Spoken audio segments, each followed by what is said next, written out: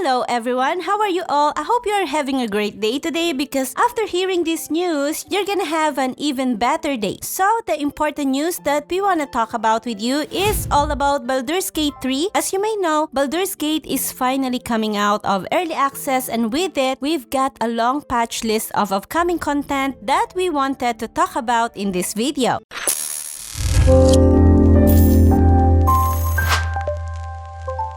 If you love this kind of stuff and want more in the fantasy realm, you are in the right place because we share weekly content about games we love, news, game recommendations, and reviews. If you're interested in that, subscribe to our channel. With the intro out of the way, let's get into the video. The first thing shared in the patch notes is that there will be new level cap. Instead of level 10, they made it to level 12. They have updated to allow players to be able to unlock additional skills that you cannot unlock at level 10. So with that, you will be able to unlock Planner Allies, Otto's Irresistible Dance, and Chain of Lightning. There will also be added race. It will be 11 races with 31 sub-races, which is really cool. We will have more playable races to choose from, and the newest race that they added are Dragonborn and Half-Orcs. In Dragonborn, you can pick its sub-races up to 10, which is way more choices than the rest of the race. Example for this, if the Dragonborn that you pick is silver, it's gonna deal cold damage, and if it's red, well, it's obviously fire. As Larian said that they will reveal more in regards to this on the upcoming Panel from Hell Reveal Showcase on 7th of July. Another thing that we want to talk about, which is the second race, is Half-Orcs. This one will be even more interesting race. As Larian said in the update, they do the highest weapon damage in the game. So that means above any other race when it comes to weapon wielder, they do the most amount of damage. Another addition to the game is the Dwergar. I hope I spelled that one right, but this is a sub-race of the dwarves. They are stoic and dwell in the underground.